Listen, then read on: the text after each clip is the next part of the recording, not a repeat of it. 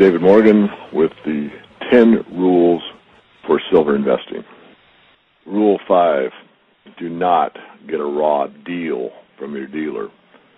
Because of the specialized nature of the physical metals markets, selection of a well-established dealer with a quality reputation is essential. A good dealer will provide timely execution of your trades at fair prices with reasonable fees. Note that the lowest price is not necessarily the best price. In the past, some dealers who squeeze their price margins too low in order to attract clients were unable to make delivery, leaving those clients holding the bag.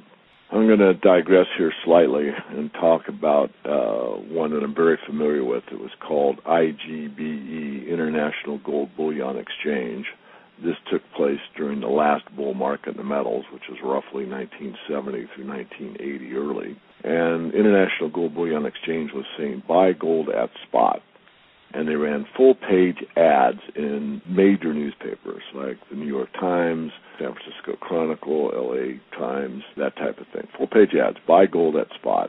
It turned out to be a complete and total scam. And many people bought into it because people like to get the lowest margins or the lowest premium. I don't blame them. But there isn't anyone that can buy gold at spot, to my knowledge, in the retail market and even in the wholesale market. If you buy directly off the exchange, you're buying the spot price, plus there's a few fees. There's a fee that you have to pay to clear some paperwork. There's a few days storage. If you take immediate delivery, you still have to pay a storage fee for a few days. Then there's a shipping cost to get Brinks or whomever you elect to come out and drop it off at your bank or your office or your home or wherever you're going to take delivery. So just be careful. I'm not saying you have to pay a huge premium. I'm just saying that if it sounds too good to be true, it probably is. Rule 6, what's yours is yours, so keep it that way. While it's wise to keep some of your silver where you can get it easily, it's also important to keep the bulk of your metal in a safe place, especially as your holdings increase. However, if you establish an account with a brokerage warehouse or other public storage facility, you should make sure that your holdings are kept segregated and that you can inspect them when you wish.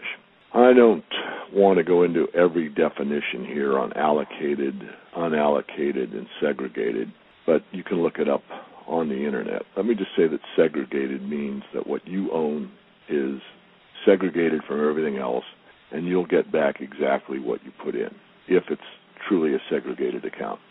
So as a quick example, if I sent in 2 silver bars and 4 gold Krugerrands, and for whatever reason I decided to put big X's with a nail into my 4 Krugs. When I got my 4 Krugs back, there would be those exact same Krugerrands and those exact same bars. That's a segregated account.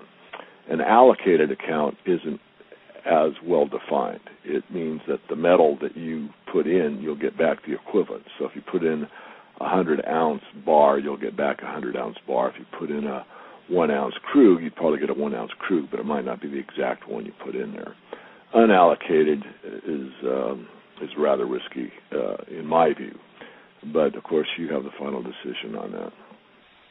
Rule 7, silver speculations like cough syrup, good in small doses, but too much of this can make your portfolio sick.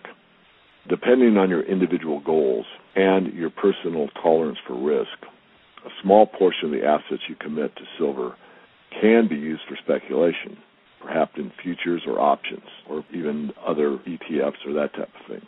But never forget, that type of trading is speculation, not investment. Rule 8, a little information can mean a lot more dollars. You do not need to be a student of the silver market to profit from your metals investments.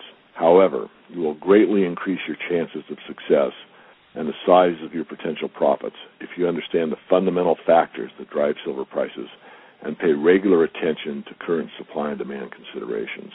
Rule 9, collecting silver is an art, but not really an investment. Owning fine silver items, including rare coins, can provide great enjoyment and personal satisfaction. Like paintings and other artwork, they are beautiful and often quite valuable. And if you're an astute buyer and seller, they can generate large profits. In spite of this, however, always view such holdings as collectibles, not as investments. When you need your silver or simply want to cash in, you do not want to have the difficulty of selling or being forced to forfeit a large aesthetic premium, both of which are likely with silver rarities. Again, I'm going to add to this rule slightly. If you're very astute at coin collecting or rare coins and you really know what you're doing, certainly, I'm not going to tell anyone what to do. All I'm suggesting is that most people are better off just buying coins that are in the bullion variety rather than get into the rare coin field. Again, if you're really up for it and you devote the time and energy that's required to do well at it, by all means, press on. For most people, it's really a difficult market. And there are times when these markets are difficult to sell, so just be advised. Rule 10, more than 10% is too much of a good thing. No matter how good the market looks or how worried you are about the future of civilized society, let's always remember that silver should make only a portion of a well-diversified portfolio. I recommend committing 10% to the average portfolio to silver, regardless of how strong you feel about the potential of these metals markets. Now, I wrote that years and years and years ago, and I'm not going to change it because it's in print. However, what I did do many years ago, probably a year or two after I had that in print, I wrote this note.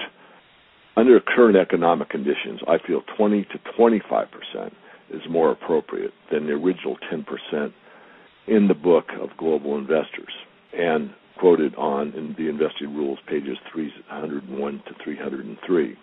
At the time the book was published, the economic conditions were more stable, but now that the world is in a war environment, a higher allocation is necessary.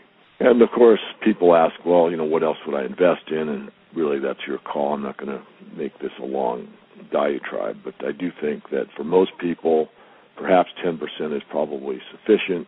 If you really understand what's going on and you're willing to set aside more because of your belief system, which is similar to mine, then 20 to 25% probably makes more sense. But again, that's your call. I just want to be clear that when I wrote 10%, the economic conditions were far more stable than they are here like 12 years later. And in this environment, I think it's important to have a pretty sizable position in precious metals. That's my thoughts on the topic.